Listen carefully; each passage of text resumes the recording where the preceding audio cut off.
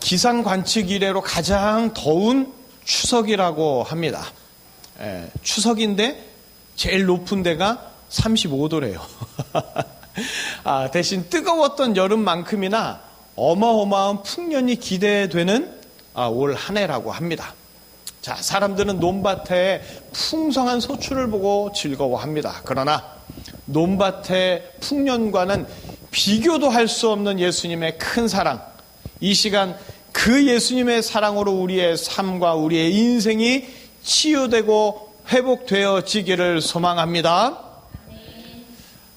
이런 경험 있으신지 모르겠어요. 정신없는 아침에 막 옷을 빨리 입으려고 하는데 그만 첫 번째 단추를 어긋나게 끼워서 채웠던 단추를 모두 다 풀고 처음부터 다시 채워야 했던 그런 경험, 누구나 한 번쯤은 다 있죠. 아니, 어쩌면 오늘 아침에도 그렇게 겪었던 경험일 수 있습니다. 자, 무슨 일이든 처음이 잘못되면 매우 곤란한 상황에 직면하게 되죠. 다 풀고 처음부터 할 수 있는 옷의 단추라면 모를까? 그렇지 않으면 정말 골치 아파지죠. 자, 그래서 시작이 반이다 하는 말도 있지 않습니까? 그런데 누구나 좋은 시작은 하고 싶지만 뭐가 어디서 어떻게 잘못되었는지 이상하게 삶에는 알 수 없는 상처와 아픔들이 가득하기만 하다는 거예요. 자, 그래서 사람들은 첫 출발이 좋은 사람들을 뭐라고 합니까? 금수저. 태어나면서부터 금수저를 입에 물 정도로 좋은 출발점에서 인생을 시작했다 하면서 부럽게 일컫는 말이에요. 그리고 인생의 첫 출발, 출생이 좋지 않은 사람들을 가리켜서 흙수저라고 합니다. 그런데 흙수저가 아니라 금수저를 물고 태어나도 인생에 꼬이는 일들은 살아가면서 쉼없이 일어난다는 거죠. 자, 어떤 일이 잘못되었을 때 그것을 바로 잡고 싶지만 뭐가 잘못됐는지, 어디서 잘못됐는지 모른다면 그러면 해결책이 없는 거죠. 그리고 또 무슨 일이든지 간에 타이밍, 실수를 만회할 시간이 한정되어 있어요. 그래서 그것을 놓치기가 일수입니다. 옷의 첫 단추를 잘 맞추듯이 무슨 일이든 실수 없이 좋게 출발해서 좋게 마무리될 수는 없는 걸까요? 인생이라는 게 살면 살아갈수록 점점 더 어려운 것 같아요.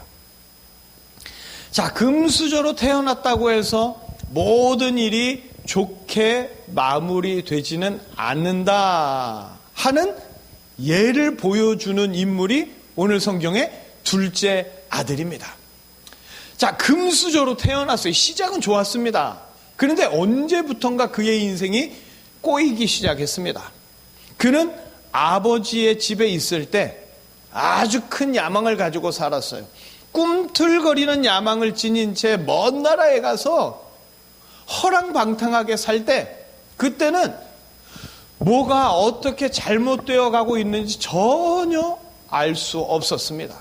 자기가 어떻게 잘못되었는지 볼 수 없는 인생, 아주 위험한 항해를 할 수밖에 없겠지요. 자, 그런데 이 둘째 아들은 자기 인생이 뭐가 잘못됐는지 아버지와 함께 살 때는 전혀 몰랐다는 거예요. 아버지의 엄청난 재산을 기쁘게 유산으로 받아가지고 떠날 때도 자기가 잘못하고 있는 건지, 자기가 잘못되고 있는 건지 꿈에도 알지 못했지요. 아버지를 빨리 떠나고 싶었어요. 저 답답한 아버지. 그리고 먼 나라를 선택한 것이 얼마나 끔찍한 잘못이었는지 전혀 생각하지 못했습니다. 아버지를 떠나는 게 너무나 잘하는 인생 일대의 기회라고만 여겼어요. 자식이 있는 부모 없다고 둘째 아들이 떠나겠다고 황소고집을 피울 때 아버지는 둘째 아들의 눈에서 걷잡을 수 없이 타오르는 잘못된 불길의 눈빛을 보았습니다. 그래서 아버지는 아들을 기쁨으로 보낸 게 아니라 할 수 없이 떠나 보냈지요. 떠나는 둘째 아들은 시골 총구석에서 사는 아버지를 초라하고 한심하게 비웃으면서 자기 미래에 펼쳐질 꿈과 희망을 그리면서 냄새나는 시골을 떠나서 미지의 도시로 떠났습니다. 그랬던 둘째 아들이 지금 다시 돌아왔어요. 이전의 꿈과 희망 대신에 굶주림과 비참함을 잔뜩 짊어지고 돌아옵니다. 지금 둘째 아들은요, 아버지 앞에서 얼굴을 들 수가 없습니다. 무엇 때문에 잘못됐는지, 어떻게 이 지경이 됐는지 아버지 앞에서 말할 수가 없어요. 입이 10개라도 말할 수가 없지요. 둘째 아들이 지금 제대로 아는 건 뭡니까? 허랑방탕 망가지는 것밖에 없습니다. 자기 인생도 세상 돌아가는 것도 전혀 볼 수 없는 소경처럼 살다가 지금 다 망가져서 아버지 앞에서 이 둘째 아들은 한마디 말할 자격도 지금 없습니다. 그래서 둘째 아들은 아버지의 아들이라는 것을 자기가 감당할 수 없습니다. 그렇게 아버지께 말씀을 드려요. 그런데 한번 생각해 보시죠. 아니, 지가 아들 자격이 없다는 걸 알았으면 그러면 오질 말았어야지. 그 모습을 보는 부모는 생각도 안 해? 다시 돌아오지 말아야 될 줄 알았으면 오지 말았어야 하는 거 아닙니까? 무슨 낯짝으로 아버지 집에 오느냐는 거예요. 비참하게 돌아온 것 자체가 아버지에게 걱정거리 아니겠습니까? 먼 나라로 떠날 때 무엇이 잘못된 것이고 어떻게 잘못될 것인지 전혀 몰랐던 이 둘째 아들, 여전히 아무것도 모른 채 아버지 속만 썩이고 있는 건 아닐까요? 자, 왜 인간은 살아가면서 잘못을 저지를 수밖에 없는 걸까? 왜 어긋난 첫 단추들이 인생에 그렇게 많이 있는 걸까요? 그러나 하나님께서 온 세상을 창조하셨을 때는 잘못되고 어긋난 것들이 전혀 없었습니다. 하나님의 창조는 완벽해서 하나님이 창조하신 인간 역시 잘못을 저지르거나 어긋난 일들 속에서 끙끙거리며 살지 않았습니다. 언제나 하나님께서 빈틈없이 채워주시는 기쁨과 행복 속에서 살아갔습니다. 하지만 인간은 조금씩 하나님의 섭리를 보기보다 세상의 이치와 세상의 아름다움을 보고 싶어 했습니다. 하나님을 보는 게 기쁘지 않고 세상을 보는 게 즐거우면서 인간에게 죄가 싹트기 시작했습니다. 그리고 죄악의 숲속에서 인간은 타락했죠. 빽빽한 죄에 가려서 하나님을 보지 못하게 되면서 하나님과 시작하는 게 아니라 모든 일을 죄로 시작합니다. 그래서 인간은 하는 일마다 어긋나고 잘못을 저지르면서 살아갈 수밖에 없게 되었습니다. 이제 타락한 인간은 뭐가 잘못됐는지, 어떻게 잘못됐는지 전혀 알지 못하는 가운데, 그런데도 자기는 잘 살고 있다고 심히 착각하면서 잘 살고 있는 자기 인생에 방해가 되는 것들이라고 생각이 된다면 다른 사람이든 자연이든 다 파괴해버리는 끔찍한 존재가 되어버렸습니다. 자, 오늘 성경으로 다시 돌아와서요. 비참한 모습으로 아버지에게 돌아오고 있는 둘째 아들. 자, 둘째 아들은요, 사업을 잘해서 아버지보다 더 큰 부자가 되고 싶었습니다. 아버지보다 더 잘 사는 모습을 보여주고 싶었어요. 하지만 밤마다 타오르는 내면의 죄악들을 주체하지 못하고 환락과 음탕의 시간들을 보냈습니다. 그렇게 아버지의 귀한 재산을 다 허비하고 다 잃어버리고 난 뒤에 둘째 아들은 비로소 자기의 끔찍한 죄악을 보게 되었지요. 바로 예수님이 둘째 아들에게 찾아오셔서 뭐가 잘못됐는지, 뭐가 어떻게 어긋났는지 죄를 볼 수 있도록 그의 눈을 밝혀주셨습니다. 자기 잘못을 모르고 자기 죄를 모르는 탕자가 이제야 뭐가 잘못됐는지, 어디서부터 잘못됐는지 예수님이 열어주신 눈으로 자세히 보게 된 겁니다. 그리고 그는 두 가지를 고백합니다. 하늘과 아버지께 죄를 지었노라고. 둘째 아들이 지은 죄가 뭡니까? 아버지의 유산을 가지고 먼 나라에 가서 나쁜 놈들 만나서 다 허비하고 잃어버린 것. 그렇죠? 그래서 자기는 열심히 하려고 했는데 역대급 흉년이 들어서 사업적으로 최악의 환경이기 때문에 실패했습니다. 이렇게 말할 수도 있었고요. 또는 절세의 미녀가 유혹을 해서 뜨거운 사랑을 주체 못하고 다 무너졌습니다. 이렇게 말할 수도 있어요. 그러나 둘째 아들은 이런저런 죄악을 고백하지 않습니다. 그가 고백한 건 두 가지. 하늘과 아버지께 죄를 지었나이다. 하늘이란 하나님께 죄를 지었다는 말입니다. 어떤 죄입니까? 바로 자기 마음속에 돈만 가득했지 하나님이 없었다는 고백입니다. 돈독에 빠진 자신을 정확히 보았기 때문에 자기 마음 깊은 곳에는 하나님을 향한 사랑도, 하나님을 향한 믿음도 없었고 오직 돈을 향한 마음으로 충만했던 자신을 발견한 것이죠. 그래서 둘째 아들은 하늘의 죄를 지었다고 고백합니다. 이렇게 예수님은 가장 근본적인 죄를 보게 하십니다. 그리고 이 가장 근본적인 죄를 고백하고 회개할 때 예수님의 치유와 회복은 빠르게 이루어지는 줄 믿습니다. 인간은 한순간 어긋나서 큰 잘못, 큰 죄를 범하고 돈을 허비하고 창기와 술로 인생을 망가뜨렸다. 그러면 그것으로 끝이라고 생각합니다. 자, 인간은요, 겉으로 드러난 죄악의 결과만 볼 뿐 어디서 어떻게 잘못되었는지 그 근본은 보려고 하지를 않습니다. 그래서 예수님은 인간들이 볼 수 없는 근원적인 죄를 볼 수 있도록 눈을 열어주십니다. 인간은 결과만 가지고 서로 막 지적질을 합니다. 그러나 예수님은 가장 근원의 큰 죄를 보게 하십니다. 이 세상 사람들은 자기 힘만으로 살아갈 수 있다는 착각 속에 살아가요. 자기 기준으로 죄와 잘못을 판단합니다. 그러나 전능하신 예수님은 착각 속에 빠진 인간에게 친히 찾아오셔서 단지 드러나는 결과가 아니라 하나님을 떠나서 자기 힘으로 살 수 있다는 그 착각이 가장 큰 죄악이라고, 가장 끔찍한 죄라고 알려주십니다. 전능하신 하나님의 본체이신 구원자 예수님은 타락해서 닫힌 인간의 눈을 온전히 열어주셔서 인간의 근원적인 죄악을 낱낱이 보게 해주시고, 그뿐만이 아니라 인간이 고백한 그 모든 죄악을 대신 다 가져가시고 다 없애주시는 유일한 구원자가 바로 예수님이십니다.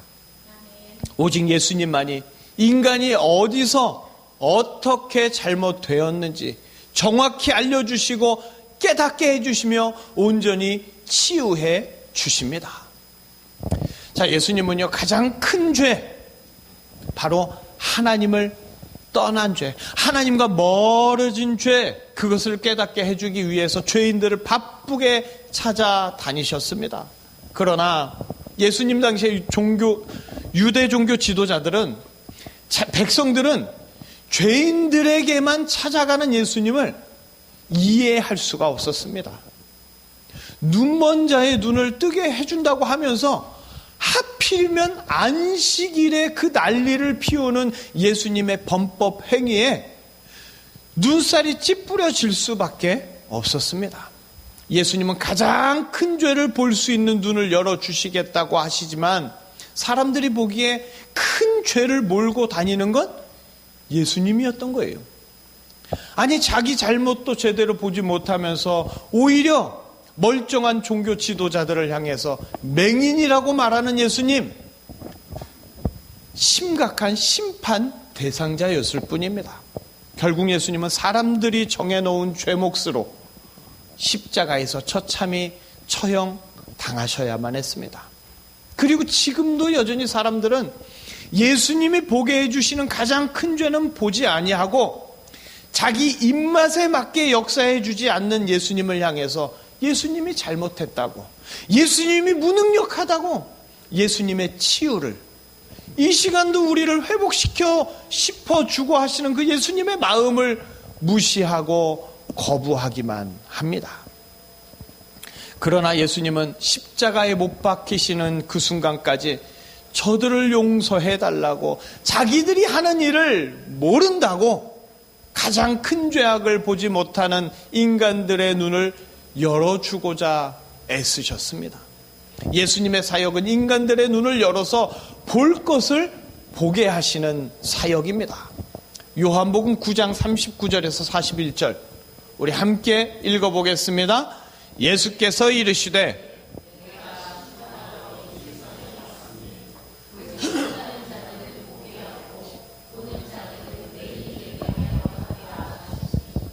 바리새인 중에 예수와 함께 있던 자들이 이 말씀을 듣고 이르되 우리도 맹인인가? 예수께서 이르시되 너희가 맹인이 되었더라면 죄가 없으려니와 본다고 하니 너희 죄가 그대로 있느니라. 아멘. 예수님은요, 인간의 죄악이 무엇인지, 인간이 언제부터 죄인인지 그것을 알게 해주시고 깨닫게 해주십니다. 예수님께 나오는 자는 자기 모습을 정확하게 보게 됩니다. 그래서 예수님은 보지 못해서 예수님께 나오는 자들의 그 어두운 눈을 다 열어주시고 그들이 죄를 고백하고 회개할 때 다 용서해 주시고 깨끗하게 만들어 주시죠. 그러나 예수님께 나오지 않으면서 나는 내 인생의 문제가 뭔지 내가 잘 알고 있다, 내가 해결할 수 있다 하는 자들은 결단코 자기 모습을 볼 수도 없거니와 자기 문제를 해결할 수도 없습니다. 자기는 죄를 볼 수 있다고, 그래서 너희들의 죄가 보인다고 다른 사람들을 정죄하기 바쁜 이들은 오히려 예수님 앞에서 아무것도 못 보는 맹인이라는 얘기입니다. 무엇이 어디서부터 잘못되었는지 자기 죄를 전혀 알지 못하면 맹인이 될 수밖에 없고 예수님의 치유에서 점점 더 멀어지게 됩니다. 가장 끔찍한 죄는 바로 하나님 아버지를 답답하게 여겨서 멀리 떠난 죄악입니다. 예수님은 볼 수 없는 자에게 찾아오셔서 이것을 보게 하시고 가장 근원적인 죄, 하나님을 떠난 죄를 고백할 때 치유의 역사를 행하여 주시는 줄 믿습니다. 자기 죄를 보고 자기가 어떤 존재인지 아는 것이 치유의 가장 중요한 요소입니다. 자기가 누구인지 알지 못하면 절대 치유는 일어날 수 없죠. 내가 어떤 존재인지 예수님께 고백하지 않으면 아무도 치유되지 못합니다. 탕자는 예수님의 역사로 자기 죄를 볼 수 있는 눈이 열려서 아버지께로 돌아가 자기 죄를 고백함으로써 과거의 모든 죄로부터 완전한 치유가 일어납니다. 죄의 문제가 해결되지 않으면 완전한 치유는 없습니다. 죄라는 어긋난 첫 단추를 정확하게 인식하지 못하면 예수님의 치유는 없습니다. 완전한 치유는 몸과 마음의 치유를 넘어서 죄의 문제로 넘어가야 합니다. 왜냐? 인간의 모든 문제가 죄에서부터 시작됐기 때문이죠. 그래서 치유는 자기 죄악을 고백할 때 놀랍게 이루어집니다. 예수님은 치유를 위해서 먼저 그 영혼의 눈을 뜨게 해서 자기의 실존적인 모습을 정확하게 분명하게 보게 하십니다. 그리고 그 모습 그대로 자기 내면의 죄악을 예수님 앞에 나와서 고백할 때 예수님의 보혈로 말미암아 완전한 용서의 치유를 받게 되는 줄 믿습니다. 하나님 아버지보다 세상을 보기 원하면서 타락의 길을 걷게 된 인간, 먼 나라로 떠났습니다. 하나님 아버지를 버렸어요. 그러나 하나님 아버지를 떠난 후에 인간은 비참해질 수밖에 없습니다. 환경과 여건의 때가 안 맞거나 잘못된 꼬임에 빠져서가 아니라 하나님 아버지를 떠났기 때문에 인간의 인생은 비참하게 된 겁니다. 그러나 하나님 아버지는 이런 비참한 인생들을 불쌍히 여기시고 그 끝없는 긍휼 가운데 치유의 예수님을 예비하시고 보내주시죠. 예수님을 통해서 자기의 더럽고 추악한 죄악을 똑바로 보게 하십니다. 돈을 잃어버렸습니다. 창기와 놀아났습니다. 술을 진탕 마셨습니다. 다른 것을 말하는 것이 아니라 하나님을 떠났습니다. 눈물로 회개하면서 다시 돌아오도록 역사하십니다. 회개는 행위에 대한 것들이 아닙니다. 바로 하나님을 떠났다는 것.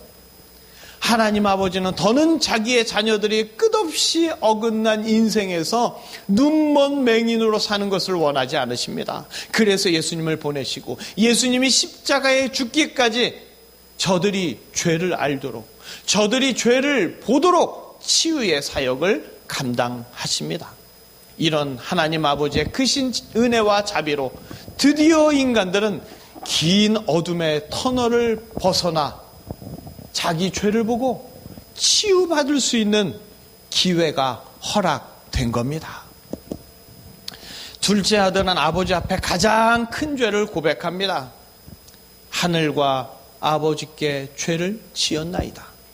그리고 그 고백으로 인하여 예수님의 치유의 역사가 일어납니다. 아버지는요, 예수님이 용서하신 아들의 죄를 더 이상 묻지 않습니다. 그리고 옷을 다시 입히고 가락지를 끼우고 신을 신기죠. 그런데 여전히 둘째 아들에겐 트라우마가 있지 않겠습니까? 자기가 죄를 지었다는 트라우마, 아버지의 귀한 돈을 다 날려버렸다는 트라우마, 먼 나라에서 음흉한 창기와 속이 시커먼 친구들에게 처절하게 당했다는 트라우마, 이런 아픈 기억에 묻혀 살면 평생을 자책하면서 살게 되겠지요. 그러나 둘째 아들은 예수님의 치유로 모든 트라우마에서까지 깨끗해지는 놀라운 경험을 하게 됩니다. 예수님의 치유는 완벽하니까요. 이제 둘째 아들은 여자에 대한 트라우마가 없습니다. 그래서 세장가도 들 수 있고 술에 대한 트라우마도 없어요. 그래서 아버지와 함께 포도주도 마실 수 있고 이제 돈에 대한 트라우마도 없고 그래서 노숙자처럼 사는 게 아니라 다시 저축도 하고 구제도 하면서 살아갈 것이고요. 예수님의 치유로 말미암아 이제 둘째 아들은 다시 예전의 위치로 돌아가서 아들의 권세와 위치를 회복하고 누리며 살아가게 될 겁니다. 이것이 바로 예수님의 완전한 치유입니다. 첫 단추를 잘못 끼우는 실수는 아침에 옷 입을 때도 일어날 수 있지만 인생의 순간순간에도 예기치 못하게 일어납니다. 어떤 가수는 인생의 실수와 아픔을 잘못된 만남이라는 노래로 이렇게 풀어보려고도 했습니다. 그러나 잊으려고 해도 없는 것으로 생각해도 아픈 상처는 쉽게 사라지지가 않습니다. 이렇게 실수와 아픔 속에서 치유받지 못한 인생의 상처가 가득할 때 유일하고 완전한 치유자 예수님 앞에 나오면 눈먼 자처럼 아무것도 볼 수 없고 아무것도 모르는 자에게 무엇이 왜 어떻게 잘못되었는지 모든 잘못과 죄를 볼 수 있도록 예수님이 눈을 열어주십니다. 죄를 보여주고 알게 하는 건 왜 그러느냐? 책망하고 징계하려는 게 아니라 잘못과 죄를 보고 예수님 앞에 고백하는 자마다 다 용서해 주시려고, 다 없애 주시려고, 깨끗하게 해 주시려고 하시는 예수님의 치유의 역사입니다. 자기 힘만으로 살 수 있다고, 무엇이 잘못인지 자기가 알 수 있다고, 그렇게 하나님을 떠나서 스스로 살 수 있다고 착각하는 것이 가장 큰 죄악이요 가장 근본적인 잘못입니다. 이 착각에서 벗어나지 못하는 한 인간은 어긋난 인생에서 결코 벗어날 수 없습니다. 그러니까 이제 누구라도 예수님을 의지하여 하나님을 떠난 죄, 예수님을 버린 죄, 예수님을 주목하지 않는 죄를 똑바로 보고 고백하는 자는 치유의 은혜가 빗물을 만난 폭포수처럼 무한히 내려서 어긋난 인생이 아니라 구원의 인생, 치유의 인생으로 거듭나게 될 줄 믿습니다. 자, 땀 흘리고 열심히 뛰고 있어요. 그런데 그런 사람 보고 게으르다고 책망하면 좀 억울하게 생각되겠지요? 자, 그렇게 교회 열심히 나와서 신앙생활하고 있는데 너는 네 상태를 보지 못하는 눈먼 자다. 이렇게 하면 억울할 수 있겠지요. 그래서 아마 바리새인들도 예수님에게 엇나가지 않았을까 싶기도 합니다. 그러나 분명히 기억해야 할 것은 무엇이냐? 자기 죄를 깨닫는 것이 예수님의 치유 역사라는 겁니다. 그래서 성도라면 환경을 탓하지 않고 자신을 실패의 장소 먼 나라로 보내신 것을 탓하지 않고 먼 나라의 나쁜 친구들, 어쩔 수 없는 조건들을 탓하지 않고 모든 것이 예수님보다 돈을 보았던, 예수님보다 세상을 보았던, 예수님보다 성공을 보았던 나의 죄 때문이었다고 고백할 수 있도록 이끄시는 예수님의 역사를 알아야 합니다. 성도라고 하면서 편안한 생활만 바라고 내 영혼이 하나님 아버지를 떠났는지, 내 인생이 예수님을 버렸는지 도대체 알지 못한다면 그건 심각한 문제가 있는 성도라고 할 수 있습니다. 아버지의 집에서 아버지의 아들로 결제 도장과 같은 가락지를 끼고 높은 신분의 신발을 신고 아름다운 옷을 입고 배부르게 미래를 말하면서 여유 있게 꿈을 말하면서 우아하게 보냈던 둘째 아들의 과거 시간들, 그것이 실은 되지보다 못한 삶이었고 죄인의 괴수로 살았던 삶이라고 그렇게 깨닫고 고백할 수 있는 자가 바로 성도입니다. 예수님의 역사로 자기 죄를 정확히 보고 예수님께 그 모든 죄를 날마다 고백할 수 있는 자, 그런 자가 예수님이 더 많이 치유해주고 회복시켜주고 싶은 성도입니다. 자, 지난주에 둘째 아들이 고백했죠. 나는 품꾼의 하나입니다. 아들에서 품꾼으로 내려왔습니다. 그리고 이번 주에 자기가 죄인이라고 하늘과 아버지께 죄를 지었다고 고백하지요. 자기를 낮추고 자기 모습을 정확하게 보는 것 정말 중요합니다. 이것이 치유의 시작이니까요. 그런데 여기서 멈추는 게 아니라 내가 죄인이라는 고백까지 나아가야 합니다. 사람들은 그러죠. 왜 교회만 가면 맨날 죄인 타령이냐? 그러나 인간은요, 예수님으로 인생을 채우기보다 세상으로 그의 영혼을, 인생을, 삶을 채우기 원하는 죄성이 가득합니다. 사람은 마음에 가득한 것을 말한다고 했습니다. 누군가가 수시로 돈을 이야기한다. 그의 영혼과 인생은 돈으로 가득 차 있는 거예요. 만나기만 하면 아이들 이야기를 한다. 대화의 주요 주제다. 그러면 그는 자녀의 성공에 대한 것으로 가득 차 있는 겁니다. 일 이야기가 주된 이야기라면 그는 일에 대한 것으로 가득 차 있는 것이죠. 우리는 이렇게 예수님이 아니라 세상의 것들로 가득 차 있습니다. 우리 염려의 전부는 무엇을 먹을까, 무엇을 입을까, 무엇을 마실까, 이 범주에서 벗어나지를 않습니다. 그리고 정작 중요한 예수님을 뒷전으로 하고 어긋난 인생의 단추를 채워나가고 있는 거죠. 이게 타락한 인간의 전형적인 모습입니다. 하나님을 떠나고 예수님을 버린 나의 근원적인 죄를 볼 수 없고 이것을 고백하지 못한다면 우리 인생에는 치유가 없습니다. 어긋난 단추만 계속해서 채워나가면서 나는 잘하고 있다고 착각하는 거죠. 자, 많은 사람들이 자기 죄를 고백하지 않고 만사형통하기만 원합니다. 자기 죄를 고백하면 비참해진다고 생각하니까요. 나는 죄인 아니야. 나는 잘 살아왔어. 나는 그래도 하늘을 우러러 떳떳해. 그러나 이런 생각은 예수님을 모르기 때문입니다. 예수님의 치유는 내가 죄인이라고 고백할 때 일어납니다.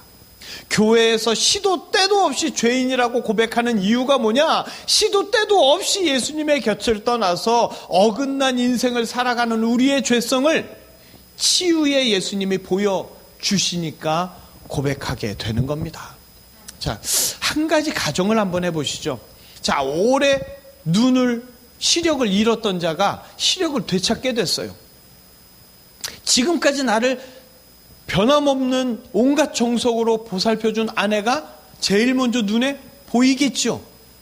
자, 그런데 그 아내의 모습을 어떤 모습으로 기대하겠습니까? 눈앞에 오드리 헵번 같은 절세 미인이 나타나기를 기대하겠어요? 눈을 떴더니 웬 푸짐한 아줌마가 있어. 그럼 뭐 눈을 안 뜨니만 못한 거예요? 눈을 뜨게 되면 얼마나 못 보는 자가 민폐를 끼쳤는지 알게 될 것이고, 그래서 눈앞에 아내가 어떤 모습이든지 간에 그 아내가 더 고맙고 더 사랑하게 되는 것이 정상 아니겠습니까? 겉으로 드러난 부분이 아니라 마음을 보고 영혼을 볼 수 있게 되는 거죠. 바로 이렇게 예수님께서 우리의 눈을 열어주시면 우리는 우리 자신이 얼마나 큰 죄인이었는지, 예수님께 얼마나 민폐를 끼친 죄인이었는지 볼 수 있게 됩니다. 그리고 이제야 예수님께 빚을 갚아야 하는데 생각하면 예수님은요, 이제부터 좀 똑바로 해봐라 하시는 게 아니라 손에 가락지를 끼우고 발에 신을 신기고 아름다운 옷으로 입히시면서 이미 우리의 죄악은 기억하지도 아니하시고 자녀의 지위를, 자녀의 권세를 회복시켜 주십니다. 우리의 인생을 완벽하게 치유해 주실 분은 오직 예수님 뿐입니다. 인생의 실수, 인생의 잘못된 첫 단추, 예수님께 나와서 예수님을 떠났던 죄를 고백하기만 하면 그때가 바로 치유받을 최고의 타이밍이 되는 줄 믿습니다. 우리에게 가장 큰 죄, 드러난 행위보다 예수님을 떠나려고 했던 것이 가장 큰 죄악이라는 사실을 우리는 잊어서는 안 됩니다. 예배는 우리에게 이런 죄인의 모습을 보게 하고 예수님의 치유를 경험하게 하는 시간입니다.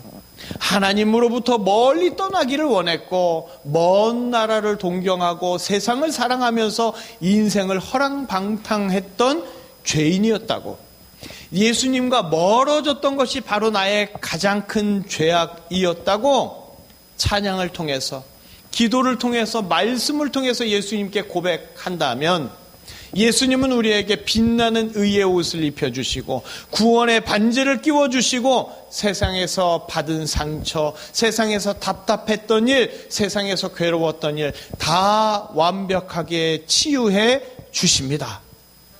여기에서 설교하는 목사는 능력도 미천하고 말도 서툴고 별게 없어요. 그러나 사람을 보지 아니하고 이곳에 임재하셔서 살아 역사하시는 예수님을 보고 그 예수님 앞에 내가 죄인이라고 고백하고 예수님의 치유를 기대하며 고개 숙이는 자마다 전능하신 예수님께서 반드시 역사하셔서 지금까지 경험하지 못한 치유의 기쁨과 감격을 체험하게 해주실 줄 믿습니다.